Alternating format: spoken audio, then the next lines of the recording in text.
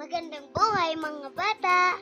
Tara, samahan ninyo akong matuto kasama si Teacher Aika, your online teacher. Please don't forget to subscribe, like, share, and hit the notification bell for more videos. Thank you! Magandang buhay mga bata! Kumusta? Handa na ba kayo sa ating bagong aralin ngayong araw?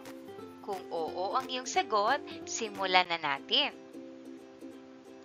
Matatag Curriculum, Makabansa 1, Unang Markahan, Aralin 3. Mga interes ng bawat tao. Muli, ako si Teacher Aika, ang inyong magiging guro.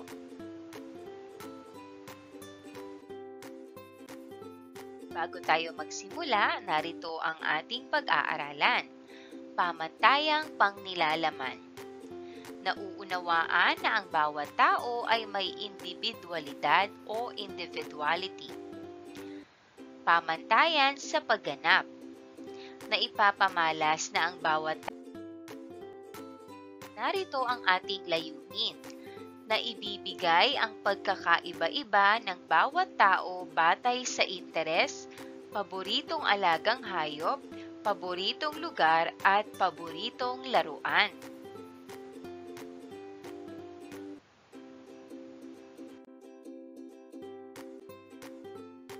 Ang mga sumusunod na larawan ay nagpapakita ng kakayahan at interes ng bawat bata.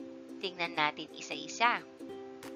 Pag-awit, pagsayaw, pagtula, pag-alaga ng hayop, pagtugtog ng piano. Ikaw, ano ang kakayahan mo? Maaari mo bang ibahagi sa klase?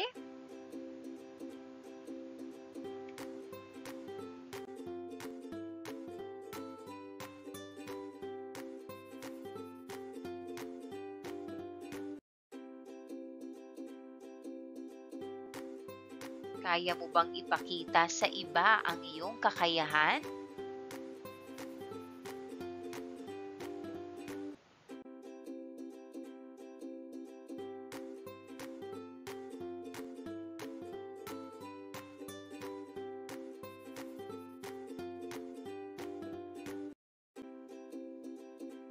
Bakit magkakaiba ang kakayahan ng bawat isa? Sa mga pinakita nating larawan kanina, mapapansin na ang bawat bata ay may kanya-kanyang kakayahan.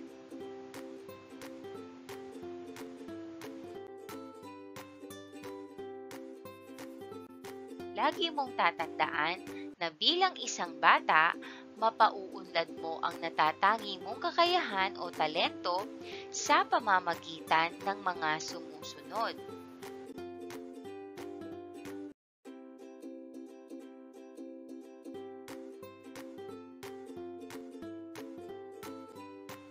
Una ay ang pagsali sa iba't ibang contest o paligsahan.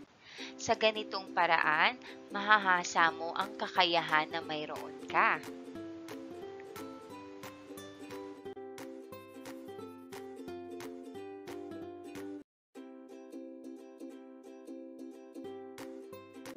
Number 2, pag-iensayo sa tulong ng mga magulang o eksperto.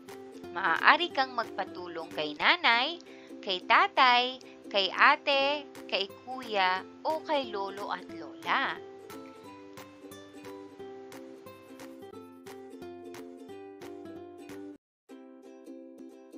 Ang ikatlo ay pagpapalakas at panatilihing malusog ang katawan. Kung malusog ang katawan ng isang batang katulad mo, lahat ng gusto mong gawin ay makakaya mo.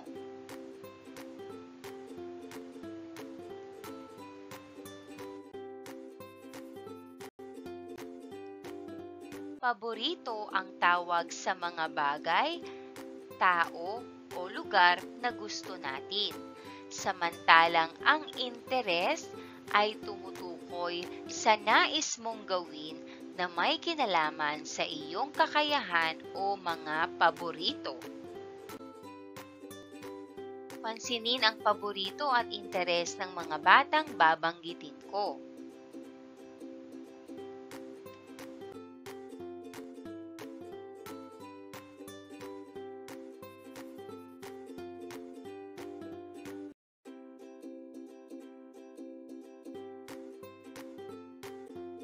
Una, mahilig maglaro ng bola si Dino.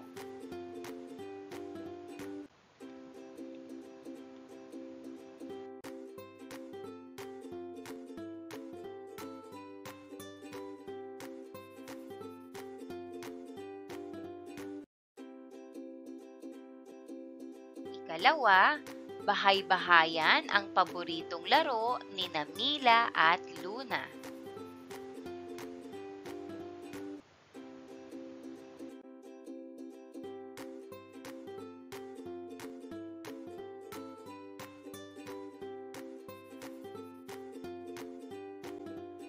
Ikatlo, sasayaw si Emma sa palatuntunan.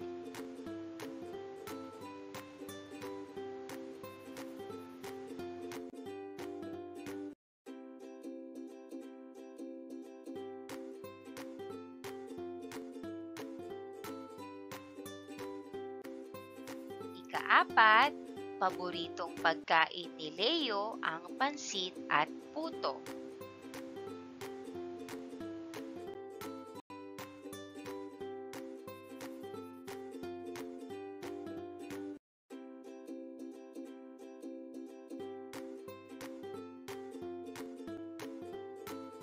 Ikalima, nagpaturo si Ador gumuhit at magpinta sa kanyang nakatatandang kapatid.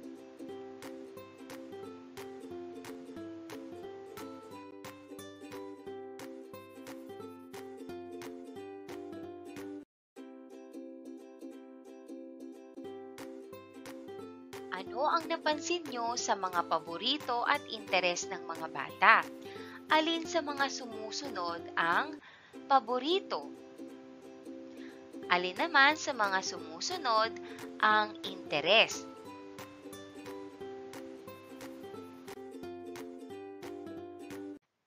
Narito ang mga paboritong gawin. Pagkain ng pansit, maglaro ng bahay-bahayan. Ang interes naman ay pagsayaw, paglaro ng bola, at pagpinta.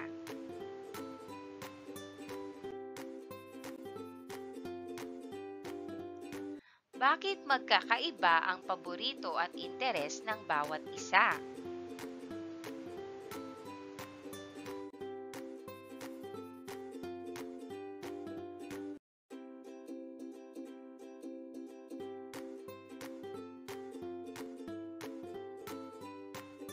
Mga bata, ang pagkakaiba-iba ng ating paborito ay naimpluwensyahan ng ating edad, kapamilya, ginagalawang kapaligiran at hilig na gawin.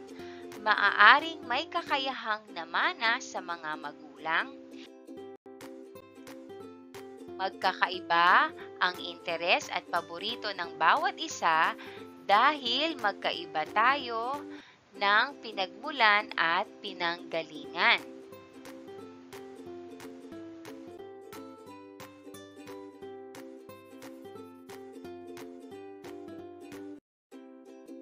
Laging tatandaan mga bata na mahalagang hubugin ang pagtitiwala sa sarili upang lubos na mapahalagahan at maibahagi ang mga kakayahang ito sa kapwa.